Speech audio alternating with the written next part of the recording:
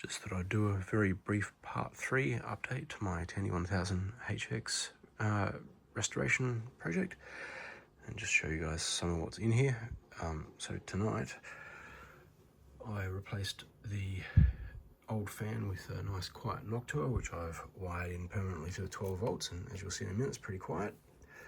You can see here I've got my Smartwatch Plus clock board installed, and I've got a Kronecki 3-in-1 board with an update that, as you can see, I've bonded on a riser to it and added in a second serial port, so that way I've got dual serial, one for mouse as well as one for Wi-Fi modem, that sort of stuff, which I do have just over on my HX, my EX at the moment. And I've got the drive bay solution from BlackEpyon, which is pretty fantastic. I'm still sort of tweaking it to make sure it sort of fits properly and everything, but yeah, it looks pretty good. And as you can see, I've got my GoTech case on it, which I designed for Tandies and Amigas that use the slightly taller 3.5-inch bay. I don't have a floppy drive in yet.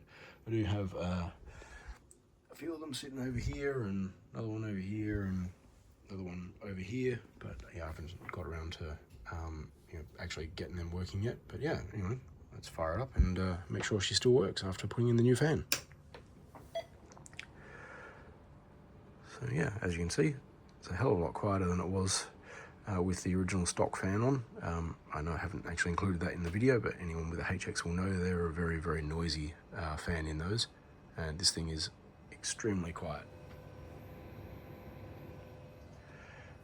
So yeah, good airflow. I'm not using any reducer on it at all, and when I put the case on, it should be even quieter still. Anyway, thanks for watching. See you next time.